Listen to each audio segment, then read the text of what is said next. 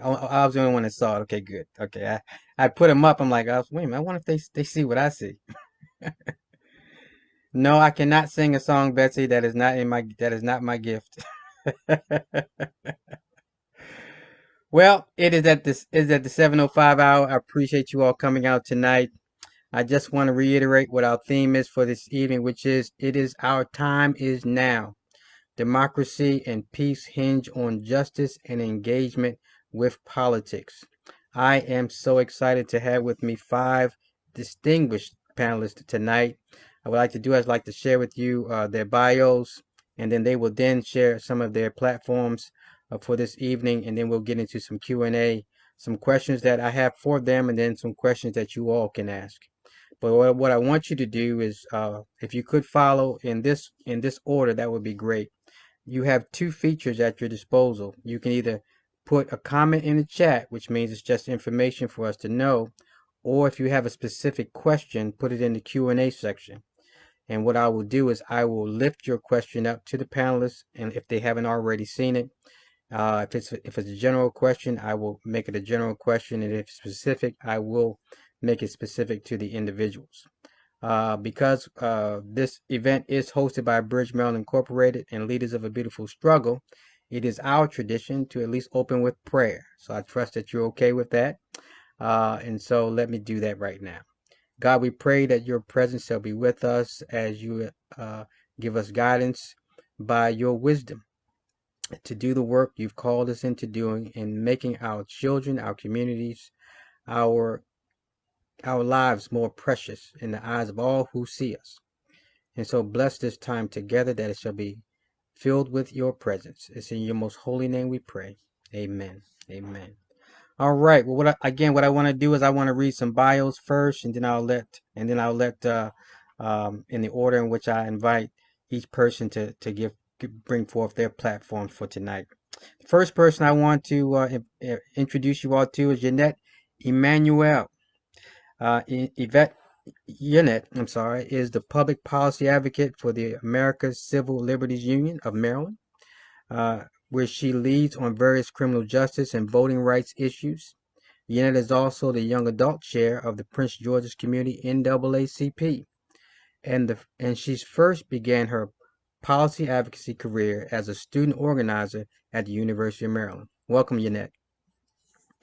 We also have James Dold, who is the CEO and founder of Human Rights for Kids. He founded the nonprofit organization in 2017 in response to the human rights abuses that children in the U.S. and around the world face on a daily basis.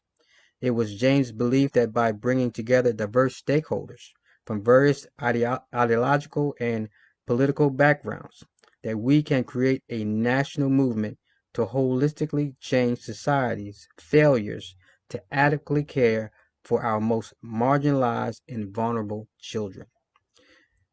How you doing, James?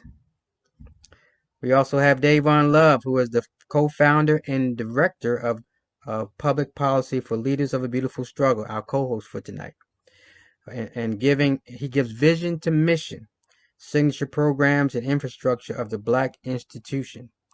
Davon believes that all groups and campaigns that endeavor to fix policies that harm predominantly African American communities must be led by African Americans.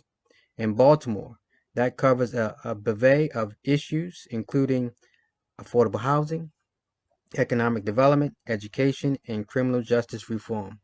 Welcome, Davon. We also have Linda Watts. She's a member of Ascension Lutheran Church in Towson, Maryland, and a resident of Baltimore City. She worked with Bridge, Maryland in the mid-2000s on inclusionary zoning tied to education equity, serving 1 year as the co-chair of Bridge, Maryland. She engaged with Bridge, Maryland after her retirement, attracted by the chance to make a difference in the criminal justice system in Maryland, and she's currently the co-chair of the criminal justice work group.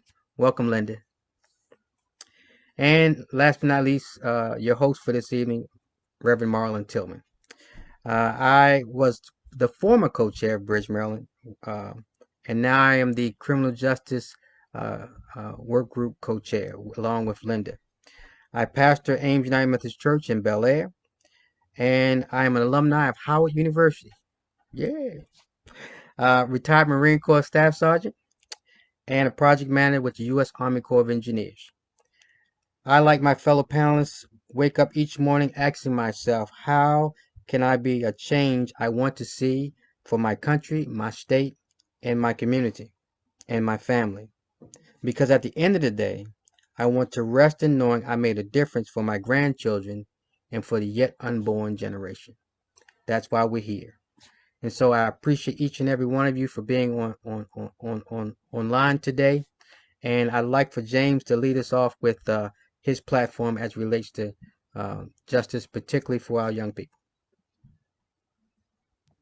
Absolutely. Well, Reverend, thank you so much, and thank you to Bridge, Maryland, and people of a beautiful struggle for hosting this event and for inviting us to be a part of it. I'm really excited to be with you all tonight and to share a little bit about our work. Human Rights for Kids, we were founded in 2017 by a bipartisan group of state legislators from all across the country. We started off with 8 state legislators, 5 Republicans and 3 Democrats, including Baltimore County's Dana Stein, who still sits on our board of directors. Today, we have 11 total current or former state legislators from around the country. And the one thing that really unites our entire board of directors and really animates the work that we do is the belief that we need to really embrace as a nation this idea that there is no such thing as a throwaway child. And for far too long and for far too often, what we've seen in the criminal justice system, especially, is this tendency to discount child status, to discount what happens to young people in their lives that lead them into the criminal justice system to begin with, and not really have a holistic focus and approach to addressing those underlying root causes of what led children astray, and a focus on what we believe to be the central purpose behind the juvenile justice system, which is rehabilitating young people when they do commit crimes, even serious crimes.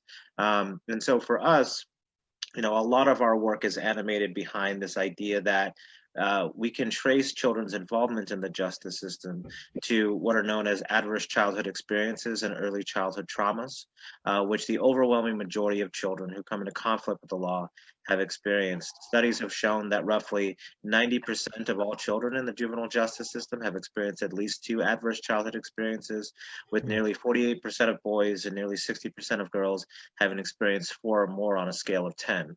And these adverse childhood experiences can include anything from witnessing violence in a home or in a community on a regular basis to experiencing physical or sexual violence, to having a parent who is incarcerated. And so it's really important that our justice system recognize the reality of what's happening to our young people and what's leading them to the justice system to begin with. The second bucket that really animates our work is this recognition that there are international human rights principles and international human rights norms that are meant to protect children even when they come into the criminal justice system. And today is actually a very apt day to be having this conversation. For folks that don't know, today is Children's Rights Day. It's universally recognized all over the world for a very specific reason, which is that on this day in 1959, the UN General Assembly officially adopted the UN Declaration on the Rights of the Child. And then on this day in 1989, the General Assembly adopted the UN Convention on the Rights of the Child. And that latter document is very significant because every nation state in the world has not only signed that document, they've also ratified it. The United States remains the only nation that has not ratified the CRC. And this is a document that categorically prohibits certain things from happening to children in the justice system. It prohibits children from being subject to capital punishment. It prohibits children from being sentenced to life without parole. It prohibits children from being subject to cruel, degrading, and inhumane treatment, such as the use of solitary confinement. It also categorically requires that nation states who have signed on set minimum ages for criminal culpability for when children can even be held responsible for their crimes, and requires children to be treated separately from adults in the justice system. So it's a wonderful document that is meant to protect the human rights of children. And it's something that we have not ratified here in the United States. And it's one of the reasons why in 2018, the Inter-American Commission on Human Rights released a scathing report on the U.S.'s treatment of children in the adult criminal justice system, and really lambasted us for these various human rights violations that are happening at the federal, state, and local level. So I'm really excited to be here with you all tonight and to talk with you a little bit more about our failure to protect the human rights of children in the criminal justice system. And with that, I will go ahead and yield my time back to the Great Reverend. Doc, well, I can't wait to get to my question because you know the question I'm going to ask you. But there's a quote by Nelson Mandela that says, if you really want to know the civility of a country, see how they treat their children. And truly, we're doing a deplorable job here in the United States. And as Elijah Cummings says, we can do better. On his that we can do better. Dave, won't you share your platform with us? All right. So let me just first just say some words of gratitude to the host and other panelists in Bridge, Maryland, for allowing us this platform. One of the things that that's important to LBS as an organization. We're a grassroots organization that really is unapologetic about speaking on behalf of Black people and the particular issues that we deal with. And the church community, faith is just a historic and central aspect of our community, both just in terms of civic life and advocacy. Many of the leading advocates for our human rights have come out of the faith-based tradition when it comes to people of African descent. So just wanted to say, on behalf of LBS, just appreciate the partnership with Bridge, Maryland. In terms of the platform, there are a few things, just some historical context that I want to give that'll empty into some of our policy objectives.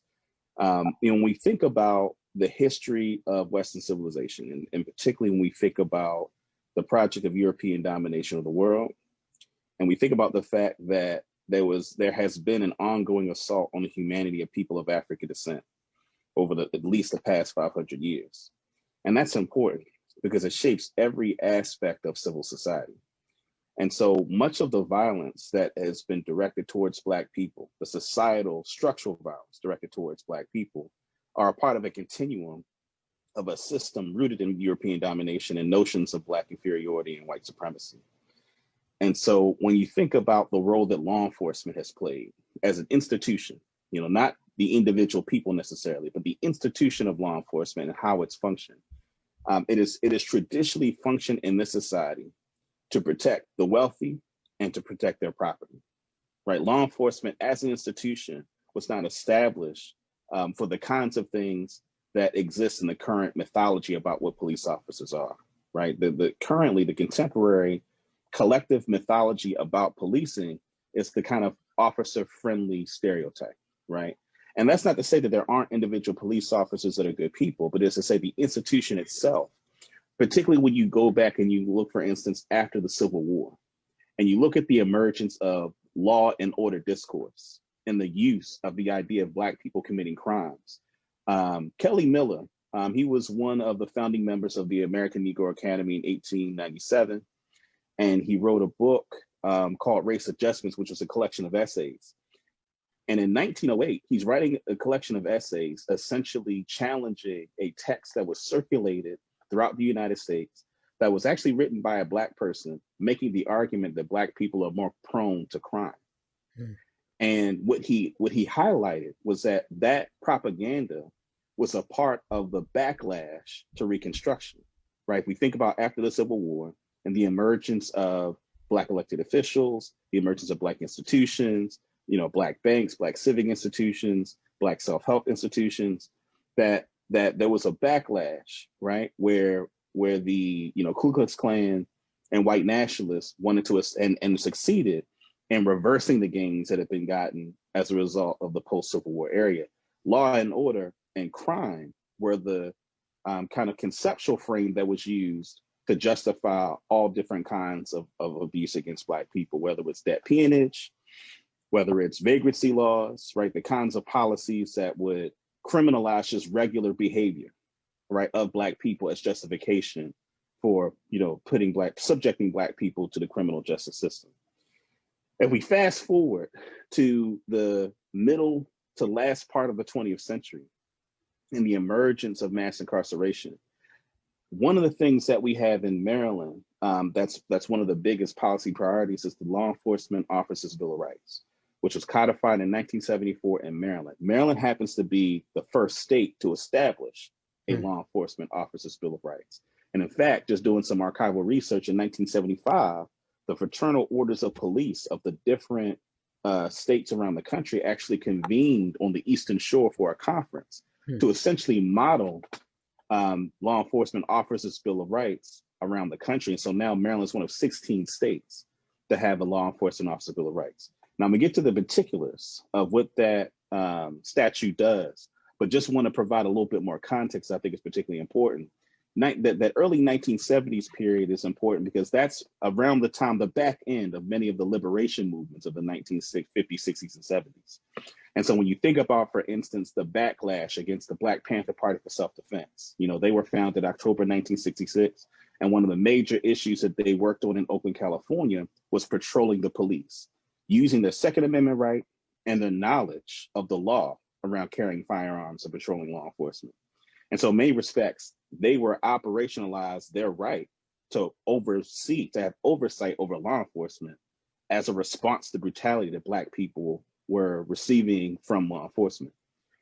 So what has happened is you also have the counterintelligence program, right? A federal government program exposed in 1972, the Church Commission, which established that the federal government was collaborating with local law enforcement in order to disrupt liberation movements. And so that's where you have a lot of political prisoners who are former members of the Black Panther Party for Self-Defense, who spent decades in jail. So, and one of the kind of the rhetoric that was used to justify it is to describe them as cop killers, playing off of the mythology of police officers as above reproach, as a part of the kind of societal discursive strategy to, again, criminalize Black people. Right. And so that's why people like Eddie Conway, for instance, who was the Black Panther Party, he was in the Black Panther Party in Baltimore, who spent 44 years in jail as a result of the counterintelligence program. And so the Maryland Law Enforcement Officer Bill of Rights comes right at the time, right, where you have the reaction to these liberation movements. So it's important to put the LEOBR in that context as a part of law enforcement developing mechanisms by which to insulate themselves from public accountability.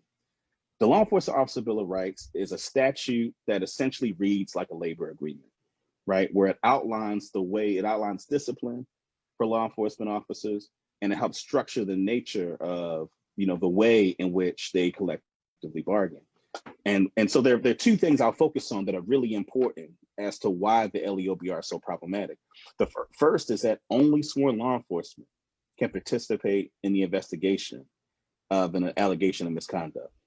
So what that essentially means is that all the information about a particular allegation of misconduct is collected by a fellow officer that has a professional interest, right, in making sure that this other fellow officer is treated as easily as possible. And then the second thing that I think is important is that prior to 2016, so there was some work that was done by many of us in 2016 along the lines of police accountability. And prior to 2016, there was a prohibition on non-law enforcement officials to participate in disciplinary actions of law enforcement officers. Now, that prohibition was struck, but what remains is an incredibly difficult threshold to even have civilian participation in discipline of law enforcement officers. So what that essentially means is that police are policing themselves. Mm-hmm. And so that's important because it limits the ability, for instance, for community oversight bodies, right, to participate both in investigation and discipline. One of the things that has been kind of frustrating about the national conversation about police accountability has been that, what we see is a lot of the spectacle of Black suffering. We've seen a lot of videos of Black people being killed, being shot. And while it may have raised awareness for Americans who had never believed that this was actually happening, one of the things I want to emphasize is that many of the calls for justice for Black people, as it relates to policing, have been framed in the context of wanting white folks in larger society to recognize the humanity of Black people. And one of the things that's really important that undergirds our advocacy around police accountability is that we believe that what's more important is giving the community the mechanisms, the instruments of power to discipline and levy consequences against those who undermine our humanity. And we argue that that is the biggest deterrent, both having the information in order to identify the abuses and having the power to be able to do something about it. And then lastly, one of the things I want to mention is the Maryland Public Information Act, which I think complements the Law Enforcement Officer Bill of Rights. Currently, the internal affairs investigation of a police officer is considered a personnel file and is prohibited from a public information request. If you read the 2016 Department of Justice report on the Baltimore City Police Department, there's a section dedicated to looking at internal affairs investigations that were characterized as unsustained. There are two major categories of findings when these investigations happen: sustained and unsustained. Sustained meaning it happened, we're going to act on it. Unsustained meaning there's no basis for any further action or disciplinary action. And so it lists out a bunch of examples of investigations where there was ample evidence of the fact that an officer engaged in misconduct and brutality, but many of those were rendered unsustained, right? And no action happened. And so a part of the importance of amending the Maryland Public Information Act to take those investigatory records and remove them from the category of personnel records so that we can have access to them is because many officers that engage in brutality often have a history of doing so. And if the public has access to the information about the investigatory record of those police officers, it empowers us to be able to read out officers before they engage in the most egregious of their assaults on our humanity. So that's generally our policy platform.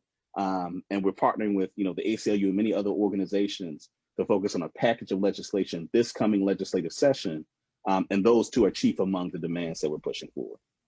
Thank you, Davon. Before I invite Linda, I just wanted to share the results of the question that was asked. Should the community have a say in the oversight and discipline of police officers that engage in misconduct? And of those who participated, 100% said yes. So I think we're on the right track with that one, Doc. Now, and before I let Linda, it's interesting that Maryland would be the one who started this law enforcement Bill of Rights, because Maryland is also the same one who started redlining. We're the grandfathers of redlining.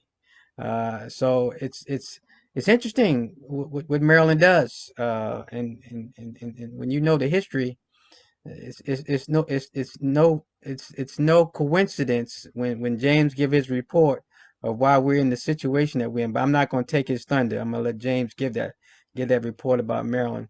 Linda, I want you to share Bridge Maryland's platform. Hi, I'm Linda Watts. I just want to talk just a little bit about how I got into this. I've been working off and on with Bridge for well over 10, 15 years, but I had been away for a little while. I retired. I decided to go back and re-engage, and I did this just as all of this stuff was sort of coming to a head in the news, and in other places. And I was at a meeting, and I've told this story before, and Reverend Tillman was talking about seeing the movie When They See Us. And I had tried to watch that movie and couldn't get through half of the first episode because I was so disturbed by it. And him talking about it made me go back and rewatch it. And in that movie, I could see my grandson. I have two African-American children who were foster children to my son and who are now have been adopted. And I take a look at them, and my grandson, James talked about, what the pattern is, and my grandson has many of those same characteristics and has already gotten himself pulled in to this system. But what's really happened is I got engaged around Protect Our Minors because I really felt that the young people needed more protection from what was going on. But as I keep looking at this, I'm find myself drawn even more strongly to the repeal of LEOBR and the Maryland Public Information Act. And Bridge is going to be supporting its allies in these efforts this year because it just needs to change. Our good police officers can't do their jobs because of bad police officers. And so we need to have reform in those areas so that our communities are safe and it doesn't really matter where you're from. Our communities across this state, I happen to live in the city and everybody talks about the city, but the truth is this is happening in every county in the state of Maryland. And people need to wake up to the fact that this is happening. And Bridge Maryland is going to try to do this year. So I'm not going to take a lot of your time because these people have a lot more really good information than I do. But I'm just going to say I'm here to work with people that are on this video and who are already connected with Bridge Maryland and people who aren't, who want to be connected with Bridge Maryland. We need your help this year, and I really want to get this done. So I'm going to turn it back to Reverend Tillman. Thank you, Linda. As we say in the Bridge community, she got some skin in the game. You can't find no more passion than when it's personal, right? And so I've been teaching a session, four sessions on anti-racism at Harford County Community College. And the one thing I keep reminding people is there's a difference between sympathy and empathy. Sympathy simply says that you understand what people are going through, but empathy says you're concerned about how to make it different. And so that's the place that we are. This panel and the people involved in it are in this because we want to see the change because it's impacting our communities, impacting our lives, and it's going to make a difference for everyone. All right, Yannette, once you share the ACL's platform. Thank you. Thank you for having me, and thank you for what you just shared, because I feel and share the same feelings.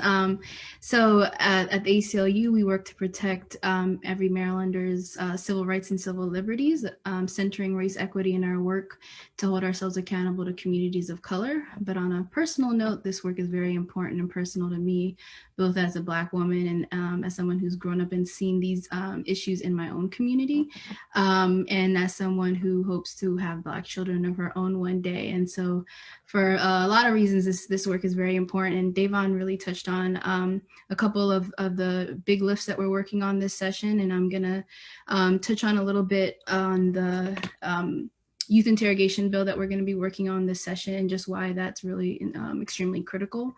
And so every day in Maryland, children who are entangled in the criminal legal system are questioned without a parent or an attorney present. And as a result, they face criminal charges and prosecution and incarceration without basic due process rights that adults are entitled to. And this is particularly dire for Black and Brown children who are over-policed.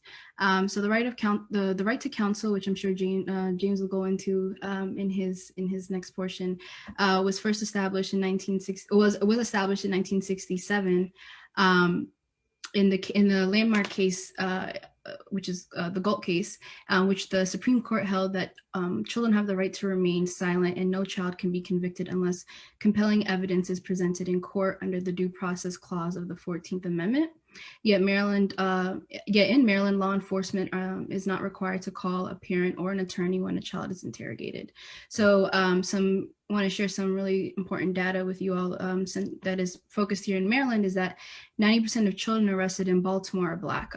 However, they only make up 64% of the city's child population. Obviously Black children are over policed. Of the 14,000 complaints made against youth of color, 90% of complaints against Black children are filed by the police. 36% of exonerees who were under the age of 18 at the time of the alleged offense had falsely confessed, which is triple the estimated rate of false confessions for all ages.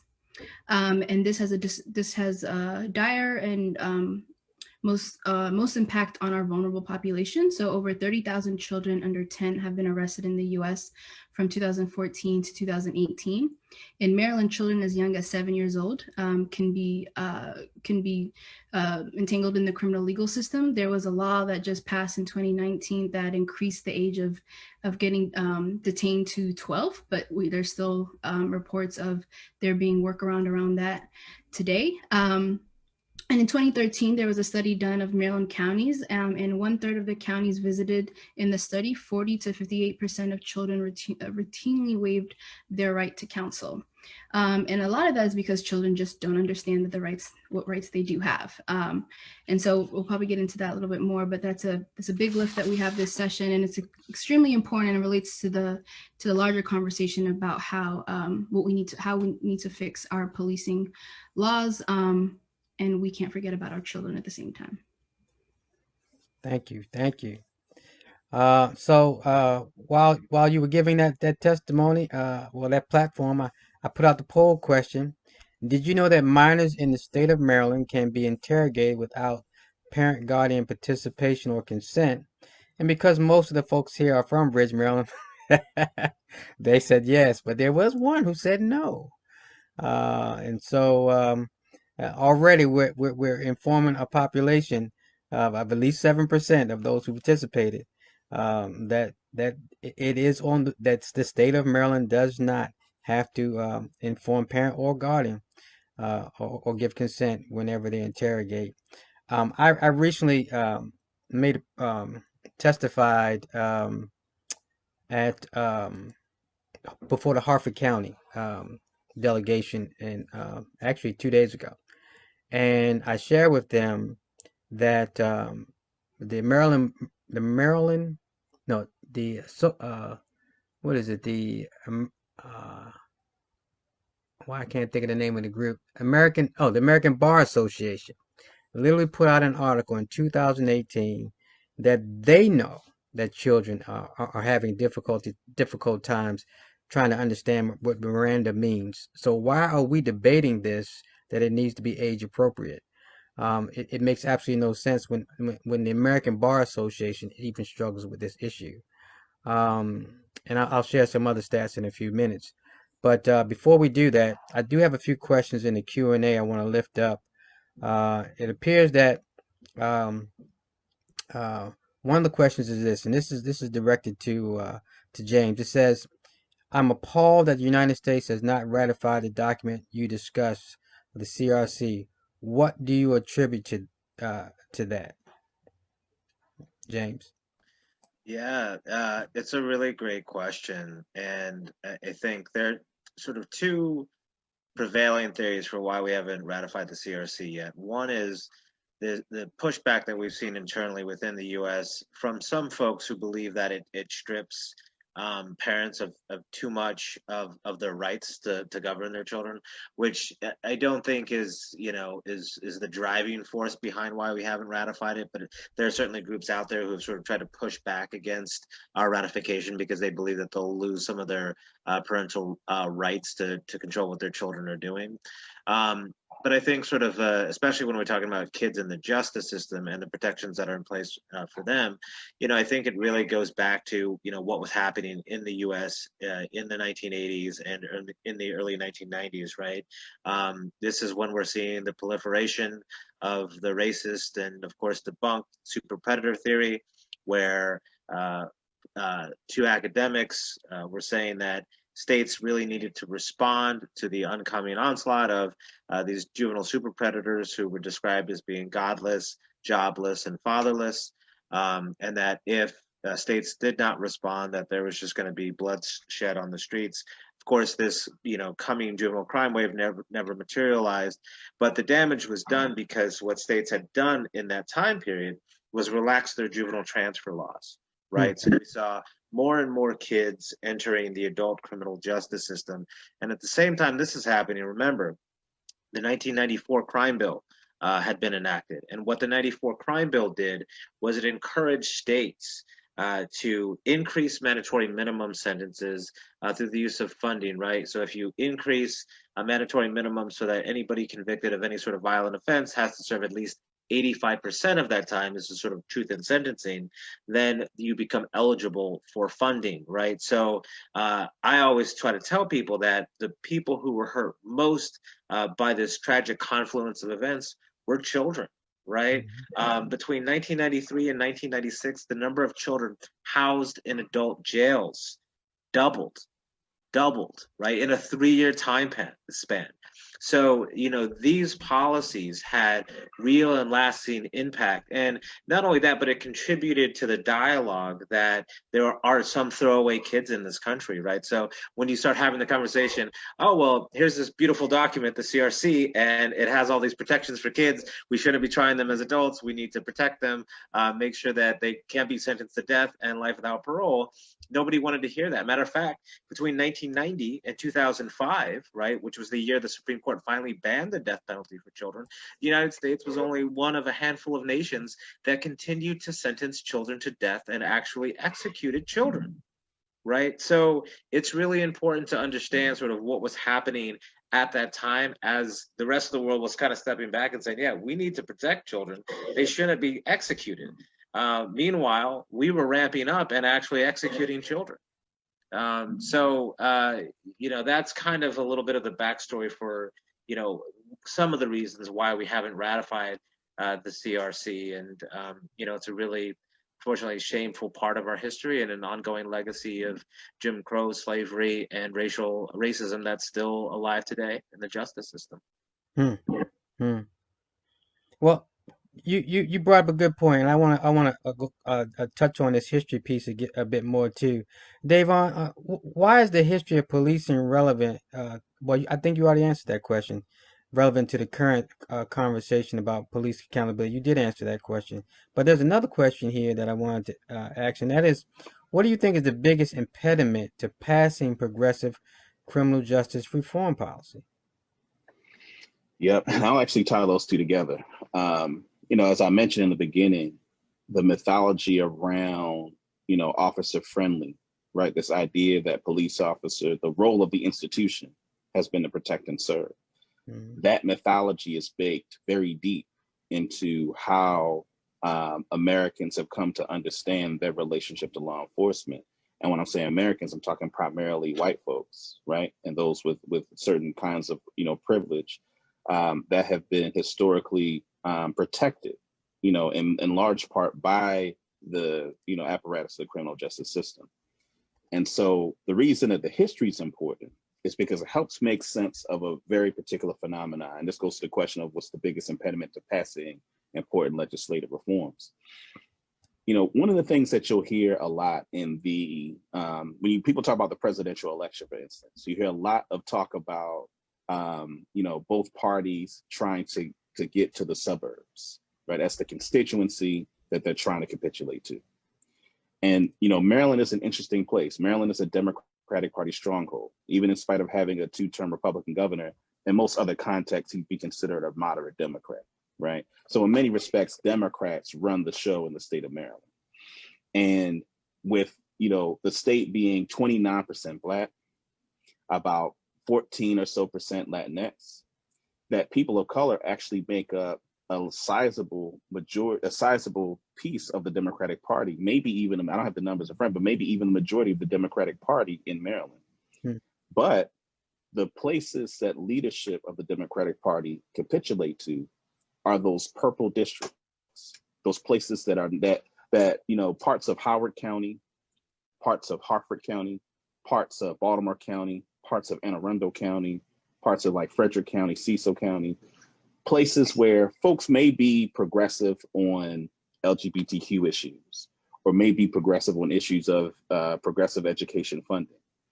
But these places tend to be the most conservative on issues of race, public safety, and criminal justice. Mm-hmm. Right? These are the folks for whom the image and the propaganda that they're fed is that these Black folks are inherently criminals, and we need to protect them from coming into our neighborhoods. That's the narrative that folks in those communities cling to. And unfortunately, the Democratic Party leadership capitulates to that base. And I've actually said to legislators who are in leadership that they're making a grave mistake, that why not just govern to the base of the party, to the base of the people that are the strength of the party. And to me, it goes to show the nature of how the system of white supremacy works, that even though for the party, it would be advantageous for them to govern in ways that would excite the base of people of color in the state of Maryland, they're more interested in catering to a majority white, relatively elite privileged base, which is a part of what makes criminal justice advocacy so difficult. And Yannette and I, when we're in Annapolis, we interact with legislators who are reflecting that sensibility, right? Legislators for whom they're cognizant of their constituents, for whom their conservatism on issues of race and criminal justice remain an impediment as to why it's so difficult to pass some of the reforms that we've been pushing for many years. That reminds me of an old adage, and I think we've been talking about this, and it's not the time to release it. It's a little too early to be releasing it now, but if it falls in that category, you got to follow the money. Follow the money, and you'll find out where people concerns are. Yannette, I'm seeing the same question twice. People want some clarity on that false confession piece. Did you say it was 36% of children actually Yeah, confessed? 36% of exonerees have Wow, resulted out of a false confession. False confession. out of false confession. Wow. Okay. So let me ask you this question.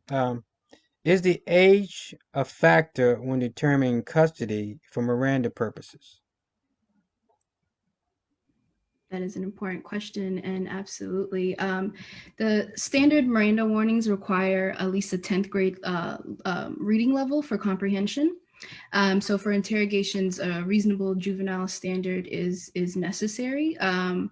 So in JDB versus North Carolina, which is actually a case that I learned from James when we first met, was a Supreme Court case that held that juvenile suspects aged when or objectively in a interrogation with the child does matter, and there's no one size fits all reasonable person test, and so it actually needs to look at it from the perspective of a child and whether that child in that scenario felt like they were free to leave. And so like we mentioned earlier, kids, when an officer approaches them, they're not thinking they can just walk away. We need to be looking at it from the standard of a child.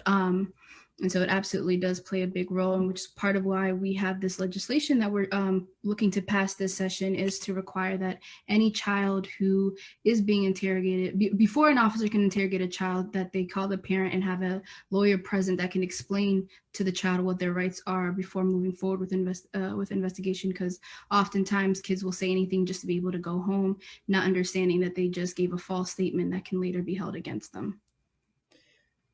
You haven't said anything. If that ain't a truer statement, I know my children will tell me whatever they want, just just to get out of trouble. So, if that's what you need me to say in order to get out of here, that's what I'll do. Not knowing that decision could literally determine their freedom for the rest of their lives. So yeah, And the that's a same very case key. could also happen with parents too, right? If Yeah. I know my parents who are immigrants who are also afraid of police officers, if I was being detained, they're going to tell me, say whatever you just say so you can come home, not also understanding that whatever I could say could later perjure myself. And so it's not enough just to have just a parent in a room. Parents should absolutely be notified when their child is being interrogated, but it's necessary that the child has an opportunity to speak with at least an attorney, and the parent also, to understand what their rights are in that moment. Absolutely.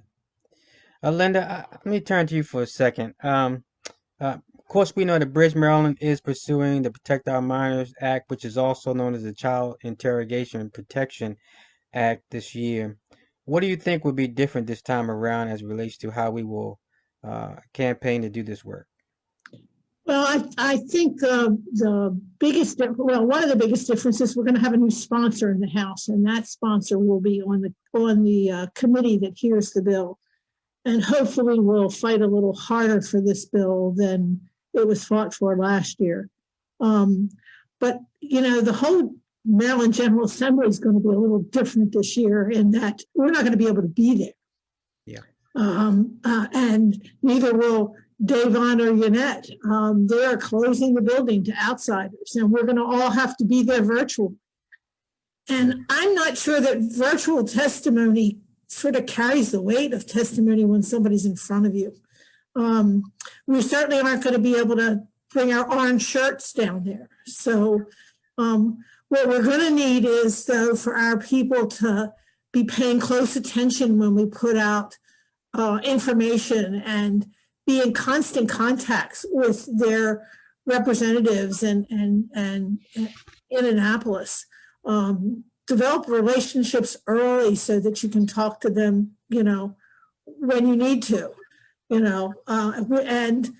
I love part of what Davon was saying about the leadership in both the Senate and the House of Delegates and how they can sort of sometimes talk out of both sides of their mouth. They can be very sympathetic, but then when push comes to shove, they don't push for the votes. And so we're going to have to work this year on particularly, I think in both houses, but particularly in the Senate, we're going to have to work to make them stand up and pay attention. And I think that that's the biggest job we're going to have this year. And we're going to have to stay on top of every little thing. And we're going to have to try to get some insider perspective, which is really hard when you're completely on the outside. You're not even walking the halls with these people. So, but we need to expand our base, and we need to keep our base active and involved the whole legislative session until we get to make some difference this year. Dave, there's a question in the queue that relates to this. But I'm going to ask a different question and then see how this all pans out. The question I have for you is: Human Rights for Kids recently released a national report rating how well or how poorly states were doing at protecting the human rights of kids in the justice system. And I'm kind of curious, where did Maryland fall in that rating report, and why did you score them in that way? Was that for You Davon or meant for me? James. I'm sorry. That's for Dold. I'm sorry, Dave. Yeah, no, it's good. So we just released a report, and I'll put it in the chat box so that folks can take a look at it after I've wrapped up here. But we rated every single state and the District of Columbia on how well or how poorly they were protecting the human rights of children in the justice system. And basically, we looked at these 12 different categories of law that were informed by those human rights documents that I mentioned earlier, the CRC and the International Covenant on Civil and Political Rights, and used those categories to give states a composite score. And Maryland was was one of the worst states actually in our rating system. It was right down there with Georgia and Tennessee and Wyoming and a few others who so we've sort of designated as the worst human rights offenders. And these were states that made really little to no effort to protect the human rights of children in the justice system and were likely in violation of international human rights norms. And there's a number of reasons for that too. And there's a couple big ones I'll point out. I will say that in the chat box, I put a op-ed that I penned last year in the Baltimore Sun. Linda sort of reminded me about when she referenced When They See Us. When that docuseries came out on Netflix, we wrote this op-ed to sort of highlight how, a lot of people were outraged, right? Because they're like, oh, these kids, they were innocent. And people should rightly be outraged by the fact that these children were railroaded by the system and they were innocent, but people should also be outraged because they were treated terribly. Their human rights were violated left and right, regardless of whether they would have been guilty or innocent. And so we wanted to sort of highlight that. So folks that are interested, you can read more about that piece, where it also talks about the importance of protecting kids during the interrogation process, which is one of the categories that we actually used to rate states, was looking at whether or not they required parents or legal guardians to be able to at least consult with the child before they could waive their Miranda or be subject to a custodial interrogation. Other protections included ending the application of mandatory minimum sentences for children who are transferred and tried in the adult system, banning the use of life without parole sentences for children. Just a quick aside on this, Maryland is one of only five states that has flouted the U.S. Supreme Court decisions in Miller v. Alabama and Montgomery v. Louisiana, which categorically prohibit the use of life without parole sentences on the vast majority of children. So it's one of only five states that have not implemented those decisions at all. And there's over 300 juvenile lifers in total in the state of Maryland. And I believe it's about 16 that are serving life without parole sentences in violation of the U.S. Constitution and international human rights norms. So these are a couple of the categories that we were looking at to really, and to put that into context too for folks. Two of the better states in our ratings were Virginia and West Virginia. This last session, Virginia, the Commonwealth, actually passed a similar bill that the Bridge and the ACLU are working on to protect the Miranda rights of children in the justice system. That bill passed unanimously in Virginia. With full Republican support. So there's no reason why that can't also pass in Maryland as well. And so, it's a combination of all of these different issues that we're looking at in order for states to really be protecting the human rights of children. Unfortunately, Maryland was at the bottom of the barrel. We're not asking for much. We ask people to be as progressive as North Dakota and Arkansas, which were two of the highest rated states in our state ratings report. So just be as good as Arkansas and, you'll get a better score next year. And so we hope that legislators in Maryland will really take that to heart and be at least as progressive as conservative Republicans in the Deep South. Thank you. Now this question, go ahead. I just want to quickly add, I Yes, wasn't planning absolutely on mentioning this, but I think it relates to what James just discussed, is the fact that Maryland is one of 3 states that requires that the governor has final approval on all individuals who are serving life with the possibility of parole. So a lot of children who have been sentenced as children and even have the ability to have possibility with parole are not getting released. For example, Ransom Watkins, who came home last November and was exonerated, was at one point denied release by the governor. And Maryland is only one of 3 states in the entire country where this is the process, and so it completely puts politics in the process in it. And it's something that we've been working on for the last 10 years, and we got close last session. It passed the House, but was stalled in the Senate. And so it needs to be a part of this conversation as well, because there's definitely children or people who have been sentenced as children who are still serving sentences that should be coming home and are currently being denied by the governor. Let me piggyback on that. COVID-19 brought an awareness to the whole prison system. I believe I saw an article in the Baltimore Sun that said they've closed 2 juvenile prison systems because of the fact that they simply didn't need to be there.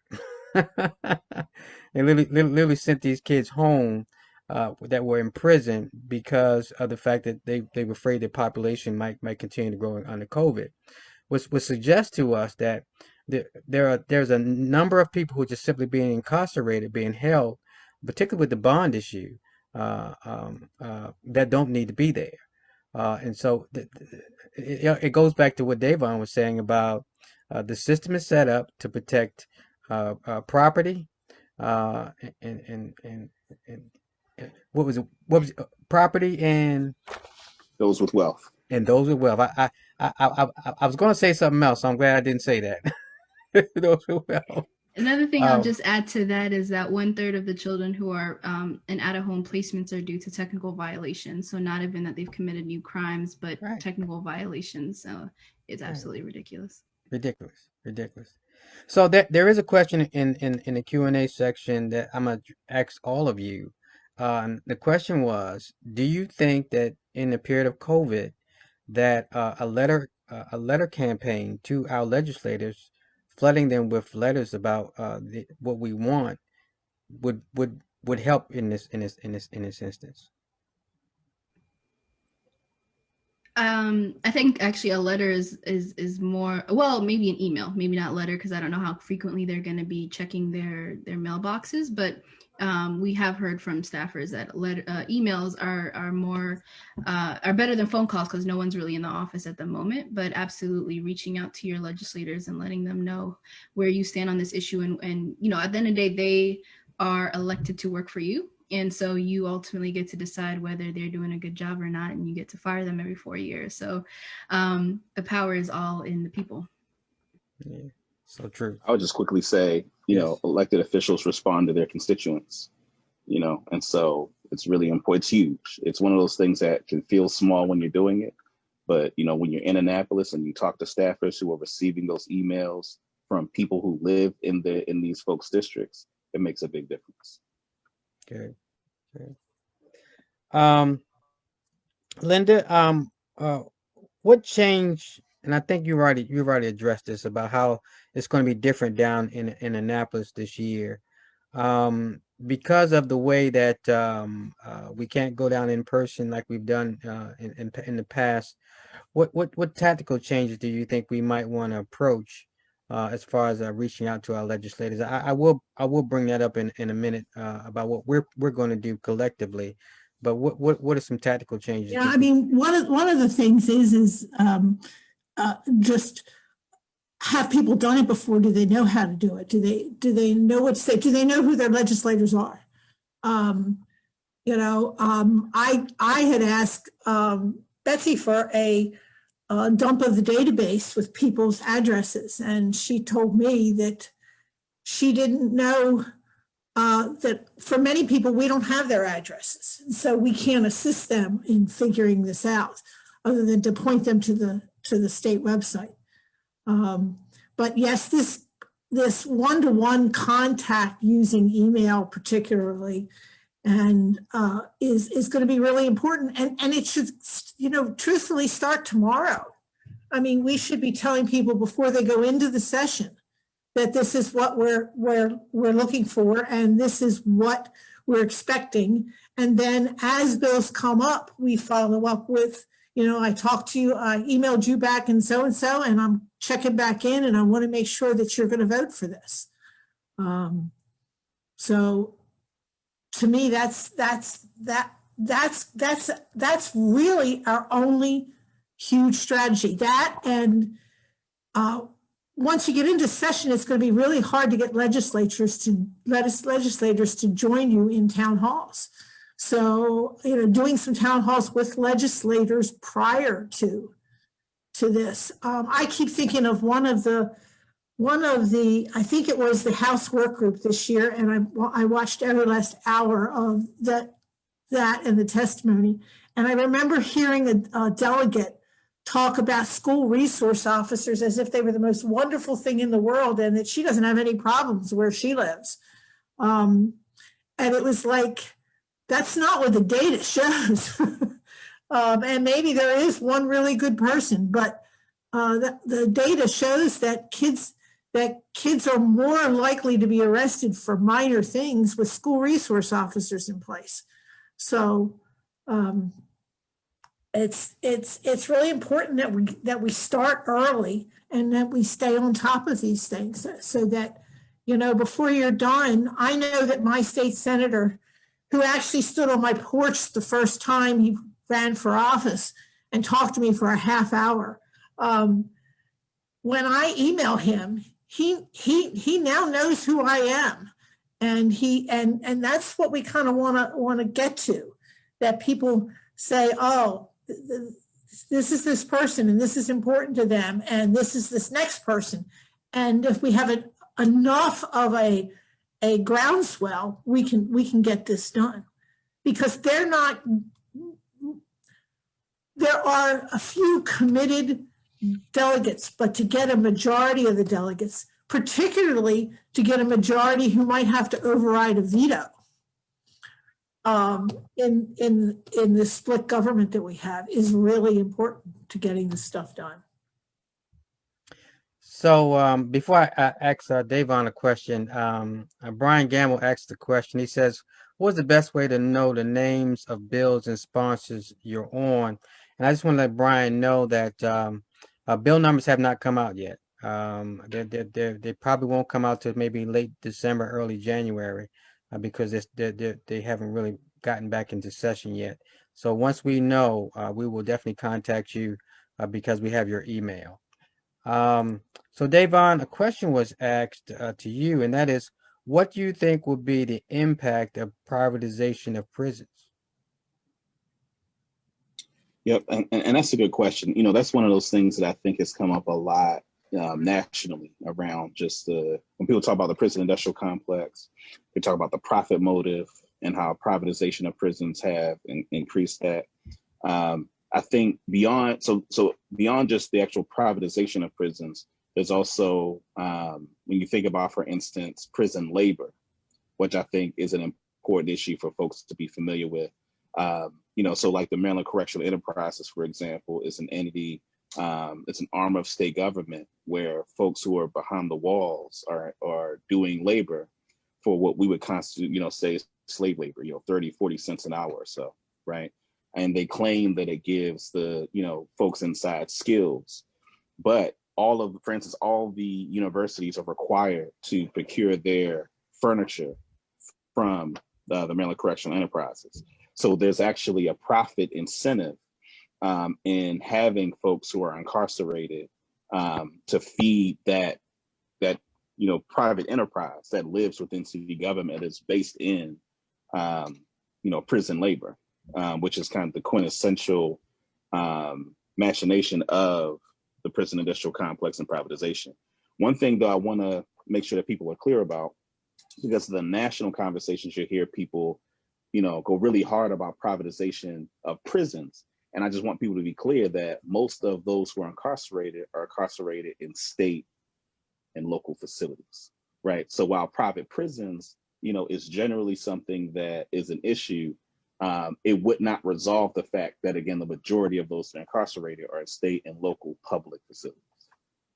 If I could just add a couple of things to that, Sure. is that one, that all the excess revenue after they're done paying out the inmates, which they pay only like less than 10 cents an hour, and the staff and everything like that, all the excess revenue goes back into the Maryland General Fund, and they use that on, who knows what. We have no tracking of that. And then in addition to that is just reminding folks that Maryland has the largest Black people in the prison population in the entire country. And so, and every year, if you look through the Maryland Correctional Enterprise fiscal note, you'll see that Maryland is top 10, is in the top 10 category of states with the most revenue from prison labor. So that, in addition to all the other issues we have here in Maryland, is a big one. Yeah. I don't know if it's in the Baltimore Sun, but I saw an article where inmates were being used to transport the bodies who had died from hospitals to the temporary morgues that sit outside of those hospitals and the cooling centers now. It was the most appalling thing I think I've ever seen, where the value of their lives is being reduced to that type of behavior, that they feel like, what, we'll just ship them out to the prison inmates to move these bodies from the hospitals into the cooling stations. That's how inmates are being treated right now. And again, these are human beings, but yet this free labor, right? And it's just another form of slavery, in my opinion. And I'm just giving my opinion, not Reverend Tillman's opinion, just Marlon's opinion. It's just another form of slavery, and free labor, to do the work that well, anyway, that's um I got a question here, and it's addressed to all of you. Um, oh, okay. Oh, wow. Okay. Says Julia has a question. She says, I appreciate the comment Linda made about what you need from us, the audience. So my question to ask each panelist is, what is the most effective work or task each of us can do to support the issues that you've raised?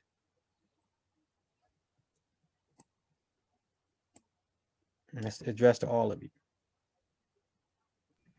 I can start with that. I think that well, first of all, connecting with those in your networks. There are people who are not on here tonight who didn't get a chance to hear everything that we talked about, and there's a bunch of resources and fact sheets and one pagers on all of our websites where you can pull from, and really just having those discussions with those in your community, in your networks.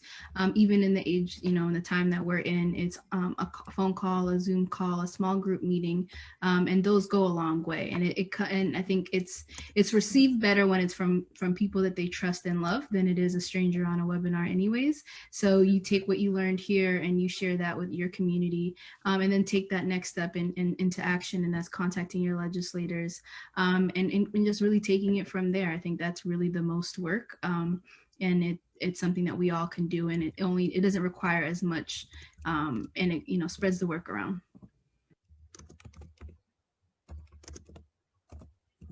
Yeah, and to piggyback off that, a couple of things. One, I'm going to put in the text box, and hopefully to everybody this time, a copy of the report that the Reverend mentioned earlier. Definitely, feel free to send that to your lawmakers, your state lawmakers, and say, we are one of the worst states in the country when it comes to protecting the human rights of kids. There's legislation that is going to be up this year that the ACLU and Bridge and others are working on that we really, need to prioritize in this upcoming session, to not be in this category of the worst of the worst. And so that's one thing that folks can do. Legislators hate it when, especially something like this should really embarrass anybody who, describes themselves as a progressive or a liberal Democrat in Maryland. One thing that I also say too, it's easy to say Black Lives Matters, right? It's easy to say that. It's a whole nother thing to actually live out that value and live out that ethic through making sure that the policies you have in place as a state reflect that belief. So if you actually really believe that Black Lives Matters, then you need to prioritize this issue, because Black children are being thrown to the mercy of a system that was never designed with them in mind. So that's one thing that I'll sort of put there out there for folks to be able to do.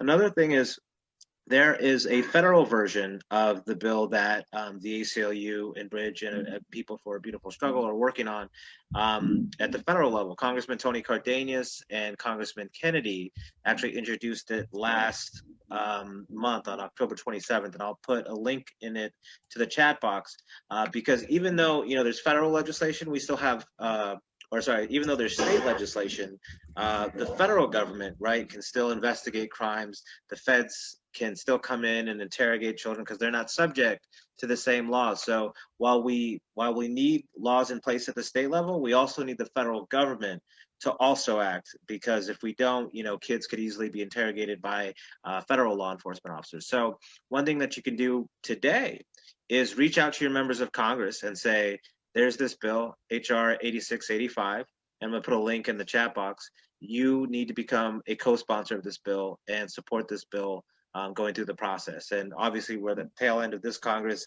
It will be reintroduced again in the next Congress, but that's another thing that you can do. And then the last thing, and another thing I'm going to put in the chat box is, this is especially for folks who have kids or live in areas where you sort of frequent into Virginia and out of Virginia, or if you have kids who might be going into Virginia, there are these new protections in place, and children have these new rights in Virginia if they would be subject to arrest. It's really important for kids to know that and to know how to interact with law enforcement if and when they are subject to a detention or arrest, right? So we have a really great resource that we've developed with some partners on the ground in Virginia that could be helpful if you have kids that are back and forth between the two states, or kind of transient in this region. So that's another thing you can do just to help educate your kids and the people who and their parents and guardians. So I'll put that in the chat function as well. Davon had mentioned this as part of his history lesson to us, that the Black Panther Party, one of the most instrumental things they did was inform us of our rights. And our children really need to know what their rights are. And an officer in one of the panel discussions we had last year, said the best thing you can say to an officer whenever you feel like you're being questioned or interrogated is nothing. This was an officer saying this to us. He's saying this to young people. The best thing you can say is nothing. Wait until you actually have legal representation to make sure that you're going to be in a good position should anything ever come out that the judge decides. Because sometimes the judge determines what information that they've obtained from law enforcement that is admissible. And so sometimes the best thing to say is nothing. Um, you have that Fifth Amendment right. Utilize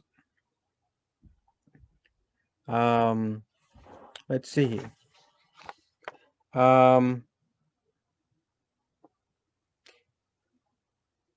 Yeah, we answered that question. Um,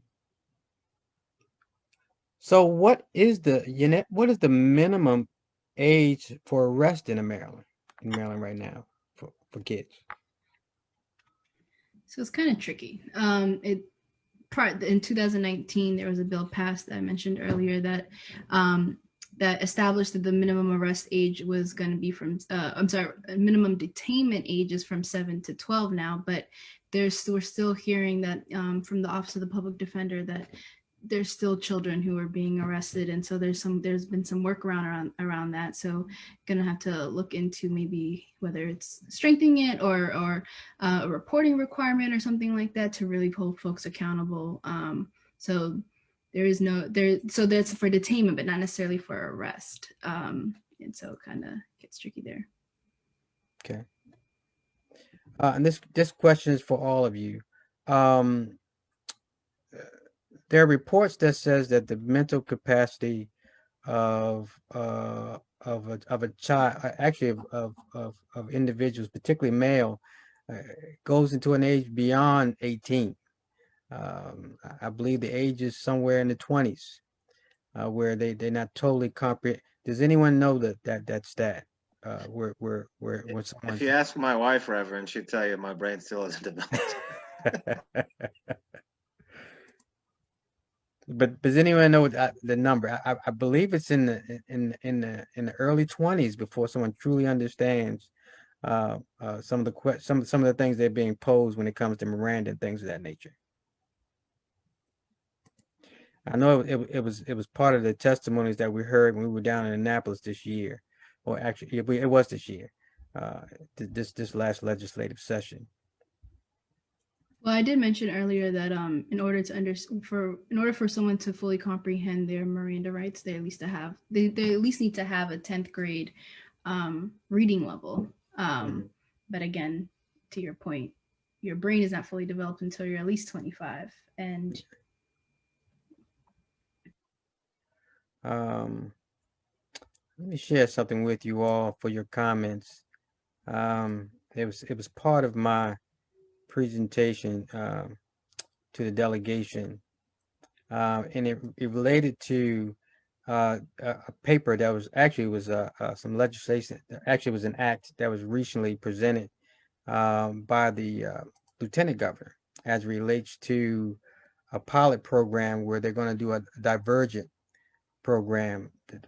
Piloting, of all places, Harford County is one of the places where they're going to be setting up a program that if you are someone who has um, who's been detained for a reason of drug-related incidents, instead of you being in prison, you actually be put in some type of program that says that your situation is a mental illness situation now, instead of it being a criminal issue. And I'd like for you all to kind of comment on that because that's a new phenomenon for our community.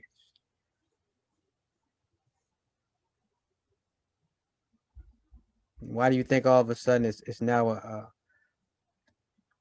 a mental illness issue when before it was just criminalized? I mean, I think a part of when you think about the moment we're in now, where criminal justice reform has become mainstream, and I think, one of the things that has happened is, in addition to a recognition that a criminal justice response to issues that are really public health or other kinds of health issues actually cost the government, the taxpayer.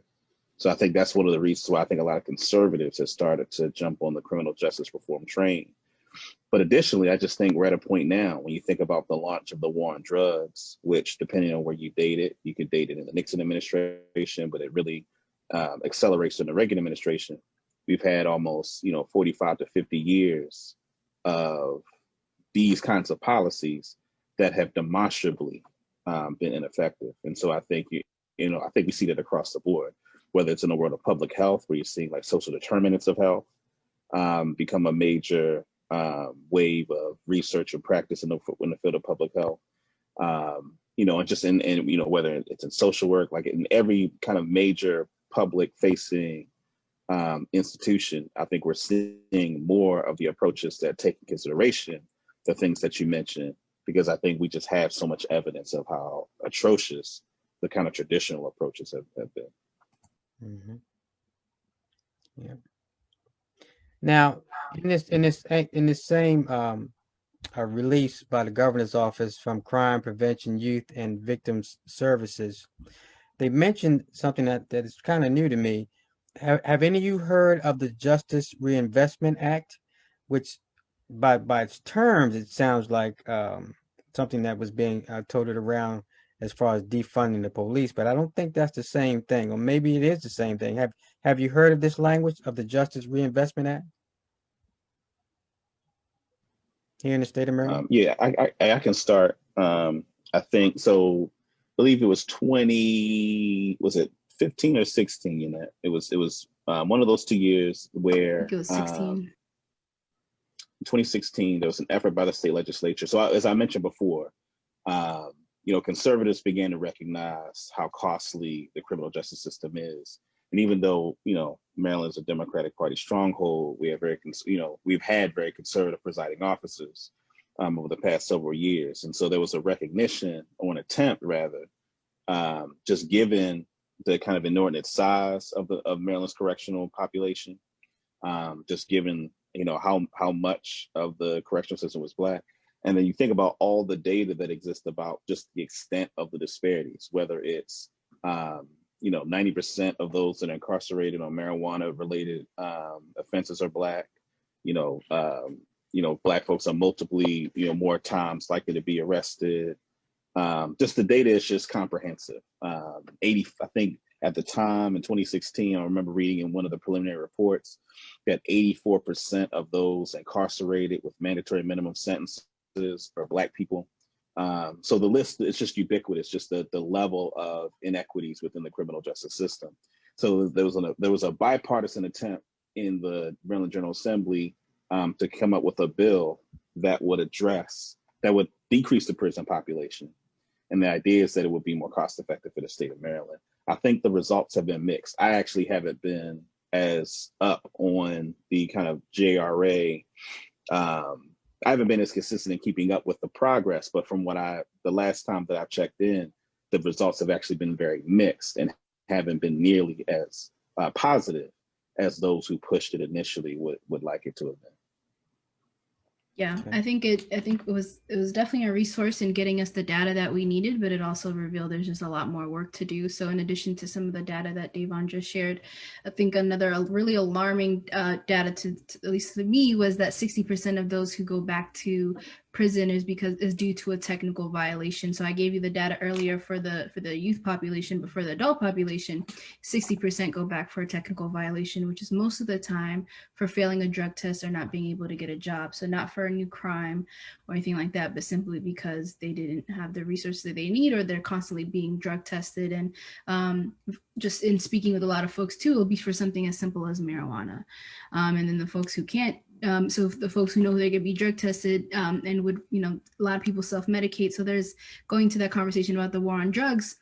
Once the, society and healthcare workers and everyone start to realize there are some benefits to medical marijuana, they kind of commercialize it and legalize it for those who have access to healthcare, but those who don't still self-medicate and are still being criminalized for it. So you have individuals who are coming home who that might be something that they would like to use to medicate themselves, will use other drugs that probably won't get, like, for example, K2, that won't come up in their urinalysis tests. And so that has all these other harmful effects. And so it's really interesting when you look at the study of who is, you know, benefiting from the medical marijuana. It's a lot of older white folks, but then you have a lot of the Black population, whether it's the stigma or just lack of access to healthcare, don't have access to those resources and are being criminalized for things that otherwise, you know, everyone else either uses in other states are recreational or even here legally. And it's a, you know, there's a lot more work to do. And just I think the most astonishing thing is that most of the people that we're locking up are not because they're violent, but simply because they're Black. And Yeah, make it plain. Make it plain. right, we can over, Yeah, you know, make it but let's plain. just say it Make what it it plain. is. Make it plain. So we got about 6 minutes. So what I want to do is I'm going to give you all just a moment to maybe give a closing statement. And I wanted to tell our audience we really appreciated you all hanging out tonight with us. We try to go live with this on Facebook. For some reason, Facebook must be having some challenges because I know it's not me. I got I'm hooked into the Ethernet, so that it wasn't me this time. But what I will do is, because this has been recorded, I'll make sure that it get posted on our site, Dave, on to all of you. So because this was some good conversation, I want to make sure it gets out to a larger audience. But for all of you, please put on your calendar. We'll be having another town hall on December the 18th, same time, 7 o'clock, 7 to 8:30. It'll be a different topic area. We may have some of the same panelists, but we'll definitely have another meeting. And we're having even a further one in January. We'll be inviting our legislators to be part of this conversation, and we'll try to get someone from the law enforcement to be with us as well. But because you all joined us tonight, you will get that email invitation specifically for joining us. But so I want to give you all each. Matter of fact, I'll call you by name, and if you could just give your closing statement, and then I'll wrap us up for tonight. Linda, what would you like to say before we break? Well, I'd like to say to the people here from Bridge, Maryland, I know that you get a lot of emails from us, and I know it's tempting to just say, oh, another Bridge email. But as this General Assembly starts, and we need to get the news out, I'm going to ask you to open them up and read them, whether they come from Bridge, Maryland, or whether they come directly from me or whoever it is. If it says Bridge in the title, open it up and look at it. And then do me a favor, pass it along to your network.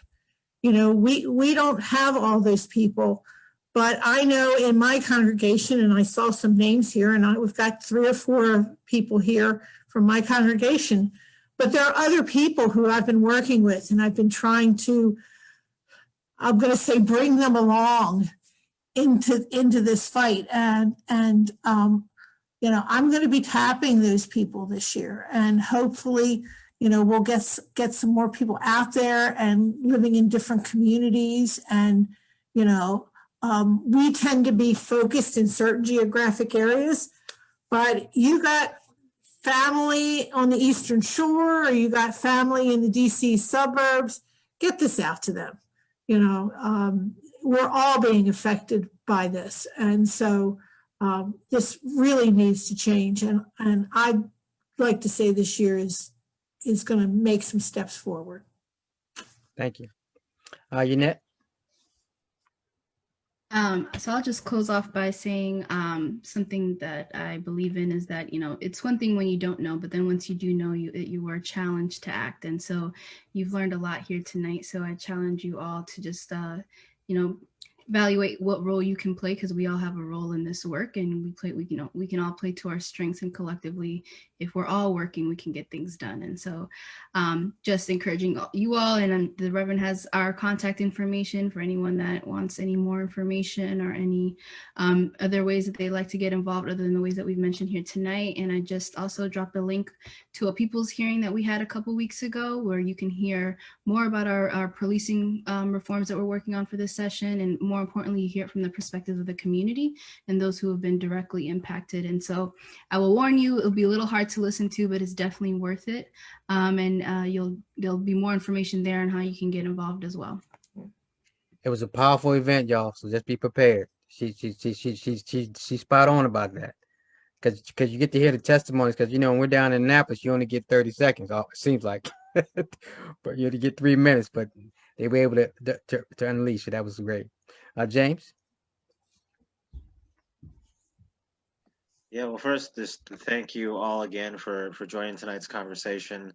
Whenever I'm having these conversations, especially for folks that I know are involved in these efforts through their faith, I always like to call attention to the examples of Moses, David, and the Apostle Paul, who were all guilty of murder. And I think that we oftentimes lose sight of those lessons in the Bible because they're inconvenient truths for us, right? That these were incredibly flawed people who did some really terrible things, yet still had this capacity for redemption and rehabilitation to fulfill God's purpose in their life. And I'm also reminded oftentimes of Jesus on the cross, right? His last act, which is forgiveness. And that's what we're called to do. And I always tell people nobody is more deserving of forgiveness and redemption and our mercy than our children. And, Mhm. if we're going to live up to that ethic and we're going to ask for mercy and forgiveness ourselves, we better be sure willing to give that and extend that same grace to our children. And so thank you all so much for participating.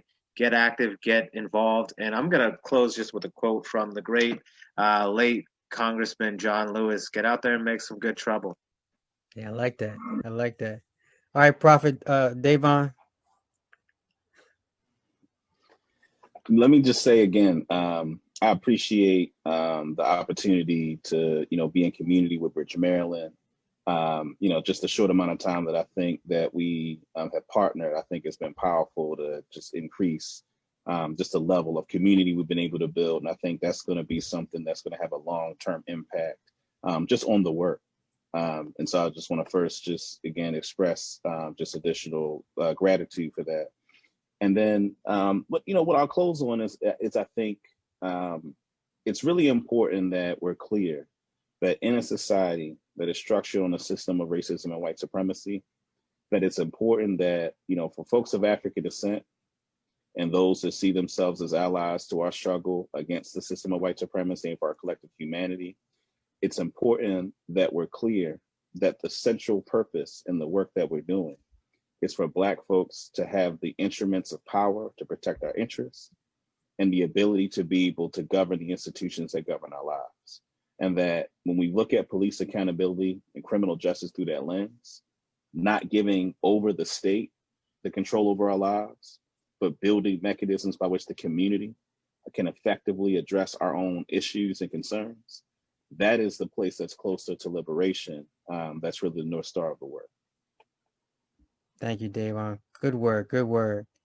I want to leave you all with something Dr. King presented to the Hunger Club back in 1967, what he called the triplets of evil. One was, of course, was racism. The second was, of course, poverty, and the third was war.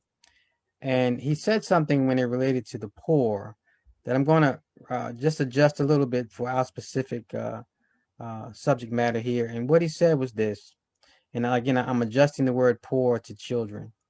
He says, now there is nothing new about why we should protect the most vulnerable, our children. What is new are the resources, the skills, and the techniques to protect them. Thus, the question is whether our state or our nation has the will. That's what I want to leave you with. We've got what we need. The question is, do we have the will to change it? And so I thank you all for joining us tonight. I pray that you'll share the word about the next event, and we'll make sure the registration piece is corrected. And you all have a blessed evening and happy Thanksgiving. Or is that even politically correct now? I, I, you all know what I mean. Bless you. Thank you. Bye.